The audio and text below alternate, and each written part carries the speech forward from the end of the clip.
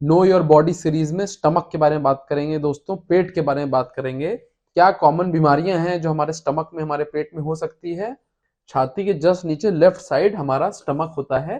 कुछ fun facts बताता हूं आपको स्टमक के बारे में दोस्तों। स्टमक के अंदर का जो कंटेंट होता है,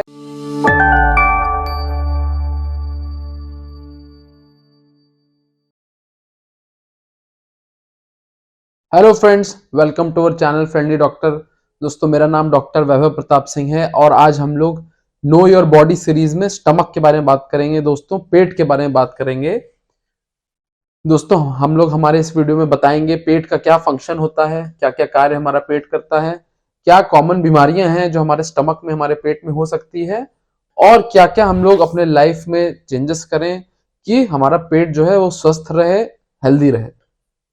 दोस्तों, कोई भी बीमारी को अवॉइड करना बेस्ट होता है, प्रिवेंट करना बेस्ट होता है रेदर देन इलाज करने से। तो दोस्तों, जो हमारा पेट की लोकेशन है वो इस प्रकार होती है। हमारा शरीर हम लोग सामने से देख रहे हैं। जो हम लोग मुंह से खाना खाते हैं वो फूड पाइप यानी कि ईसोफेगस के माध्यम से ये स्टमक का लोकेशन होता है। आप कह सकते हैं कि अगर शरीर को दो भाग में बीच से डिवाइड कर दिया जाए तो स्टमक, ज्यादातर हिस्सा स्टमक का बाएं हाथ, लेफ्ट साइड, और बस छाती के जस्ट नीचे, छाती के जस्ट नीचे लेफ्ट साइड हमारा स्टमक होता है। और ये जो हम लोग खाना खाते हैं ये फूड पाइप के माध्यम से स्टमक में आता है। उसके बाद ये फिर खाना आगे छोटी आंत की तरफ बढ़ जाता है।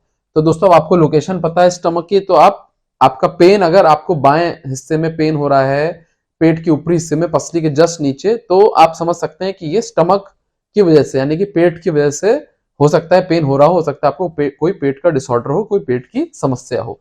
तो दोस्तों, ये तो लोकेशन हो गया। और अब हम लोग बात करेंगे, कुछ फन फैक्ट्स बताता हूं आपको स्टमक के बारे में दोस्तों। स्टमक के अंदर का जो कंटेंट होता है वो एसिडिक होता है, बहुत ज्यादा एसिडिक होता है। और इतना एसिडिक होता है कि अगर उसको निकाल के आपकी स्किन पे लगा दिया जाए तो आपकी स्किन तक वो बर्न कर सकता है। और दोस्तों, जैसा आप देख रहे हैं, ये बहुत ही ज्यादा मस्कुलर ऑर्गन होता है, यानी कि इसमें बहुत सारी मसल्स होती हैं। ऐसी मसल्स होती हैं जो हम लोग खुद से कंट्रोल नहीं कर सकते, जो अपने आप ही कंट्रोल, हमारा शरीर, हमारा ब्रेन अपने आप कंट्रोल करता रहता है। क्यों इतना मस्कुलर होता है? क्योंकि जब आप खाना खा रहे होते हैं उसको चर्न करने में, उसको पचाने में, प्रॉपर्ली सारी एंजाइम्स उसको इर्द गिर्द उसको लपेटने में ये मदद करता है। इसलिए बहुत ज्यादा मस्कुलर ये ऑर्गन होता है।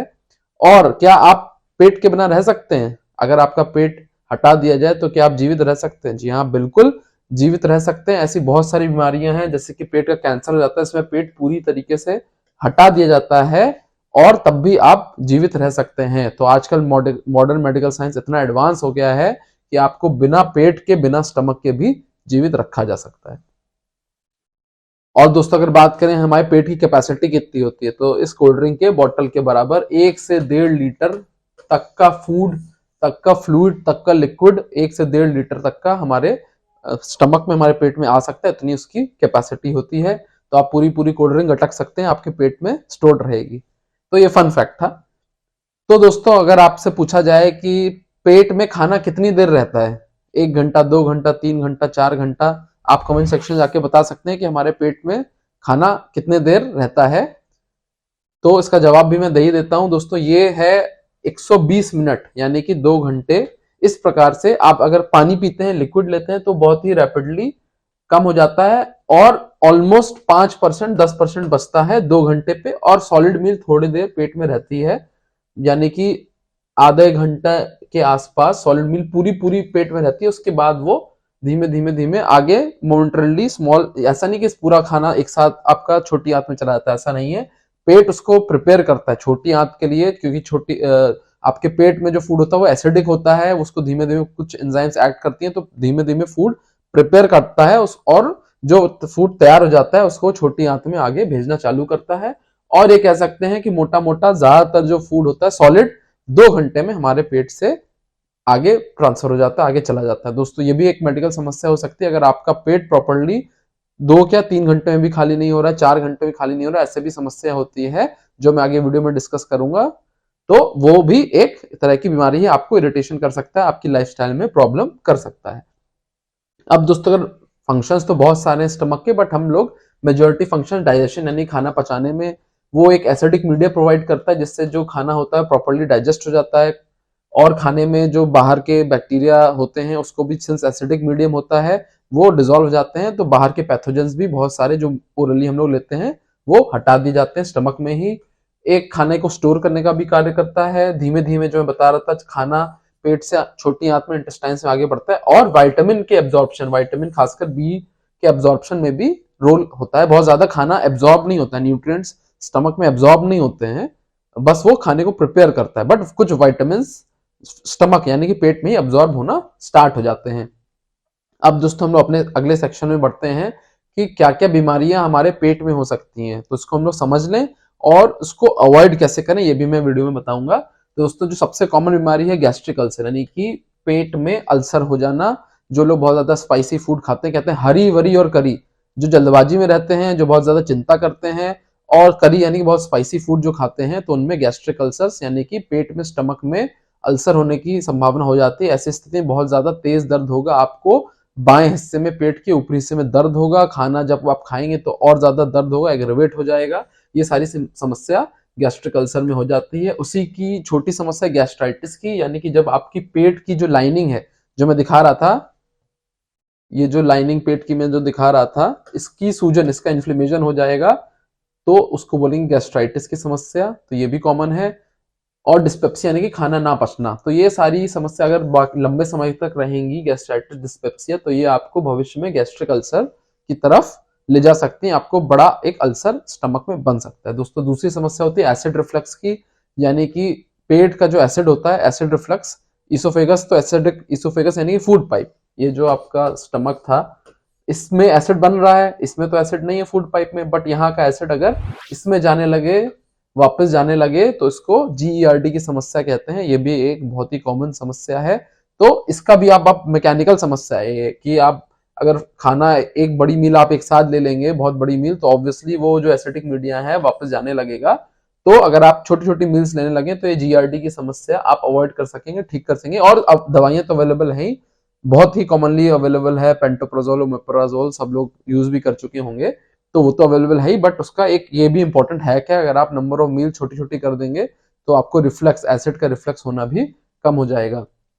तो दोस्तों एक बीमारी होती है गैस्ट्रोपेरेसिस, यानी कि इसमें जो मैं बता रहा था, स्टमक आइडियली 2 घंटे में खाली हो जाना चाहिए, तो इसमें स्टमक 5-5, 6-6 घंटे आपको भरा भरा लगेगा, ब्लोटिंग होगी कि भाई खाना आगे बढ़ ही नहीं रहा है, खाना मेरा एक जगह रखा रह गया है, तो ये भी गैस्ट्रोपेरेसिस की समस्या है। और दोस्तों स्टमक का कैंसर, ये भी कॉमन है, स्टमक में हमारे पेट में कैंसर का हो जाना। और दोस्तों एक और अगली समस्या है जो बहुत कॉमन है, कुछ लोगों की समस्या होती है कि खाना खाते ही उनको स्टूल यानी कि पेट में प्रेशर, लैट्रिन की प्रेशर होने लगता है खाना खाते ही। तो जैसे खाना पेट में गया तो उनको इवैक्यूएट करना या स्टूल लग जाता है, या उनको वॉशरूम जाना, फ्रेश होने जाना पड़ जाता है। तो दोस्तों ये IBS की समस्या होती है, इसका भी इलाज संभव है। दोस्तों तो ये सारी समस्या हो सकता है आपको हो भी, काफी कॉमन समस्याएं हैं, तो ये सब पेट से रिलेटेड होती हैं। इसके लिए विशेषज्ञ आप किसको दिखाएंगे? पेट के लिए विशेषज्ञ दोस्तों DM गैस्ट्रो डॉक्टर होता है, या आप किसी मेडिसिन के डॉक्टर को भी दिखा सकते हैं, जो आपका डायग्नोसिस बना लेगा कि आपको इनमें से कौन सी पेट की समस्या है।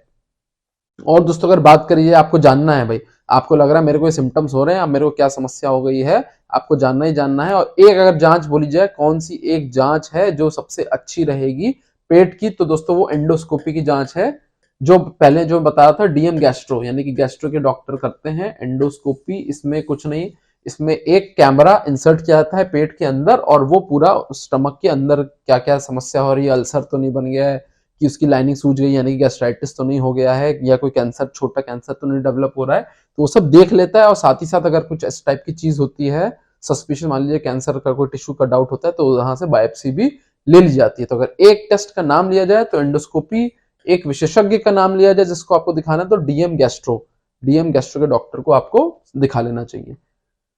दोस्तों उम्मीद कर रहा हूँ वीडियो आपको अब तक पसंद आ रही होगी, तो इसको लाइक जरूर कर दीजिएगा और हमारे चैनल को सब्सक्राइब करिए, क्योंकि हम लोग इसमें आपको हेल्दी रखने के लिए और जो कॉमन मेडिकल समस्याएं हैं बहुत मेहनत करते हैं, और वीडियो रेगुलर कंटेंट आपको बनाते रहते हैं, आप तक पहुंचाते रहते हैं।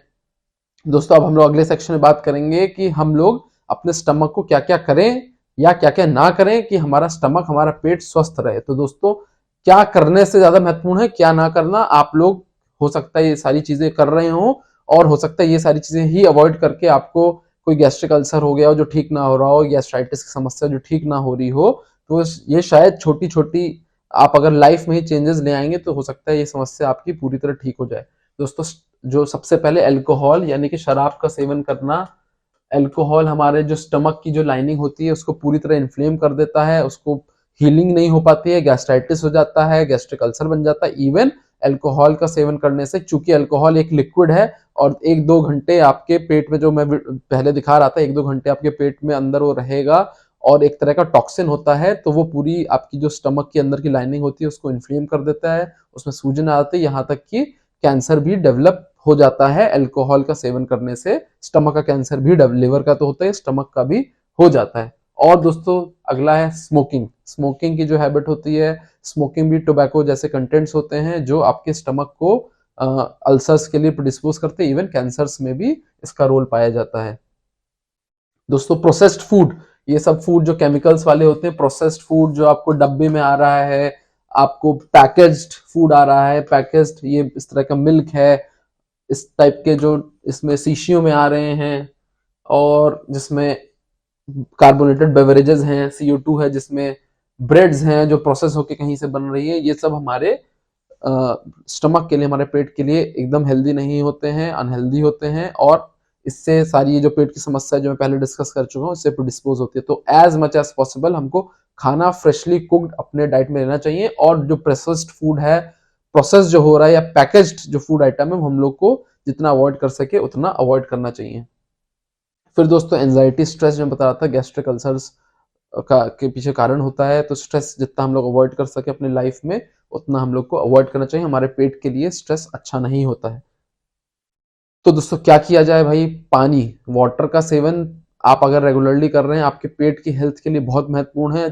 पानी दोस्तों ओवरऑल हमारे शरीर के लिए बहुत इंपॉर्टेंट है, और आपको हो सकता है ना भी पता हो, हमारे पेट के लिए रेगुलर वाटर इनटेक करना, समय समय पर पानी पीना हमारे पेट को बहुत ज्यादा हेल्दी रखता है। दोस्तों, हम अपनी डाइट में अगर फाइबर इनटेक करें प्रॉपरली, इस पे मैं ऑलरेडी वीडियो बना चुका हूं, आप हमारे चैनल जाके देख भी सकते हैं। कितना फाइबर लेना चाहिए, उस सारी वीडियो में किस प्रकार लेना चाहिए उस वीडियो में है। तो फाइबर का इंटेक आप करेंगे तो आपका स्टमक बहुत ही स्वस्थ रहेगा। ये जो मैं सारी बीमारियां बता रहा था, ये अगर होगी तो जल्दी ठीक हो जाएगी, और नहीं होगी तो कभी नहीं होगी। और दोस्तों, हम लोग को रेगुलर एक्सरसाइज भी करना चाहिए। रेगुलर एक्सरसाइज करने से हमारा स्टमक हेल्दी रहता है। दोस्तों, अगर ये वीडियो पसंद आया तो अपने व्हाट्सएप ग्रुप में अपने फ्रेंड्स के साथ शेयर जरूर करिएगा। Thank you friends, stay healthy, stay happy.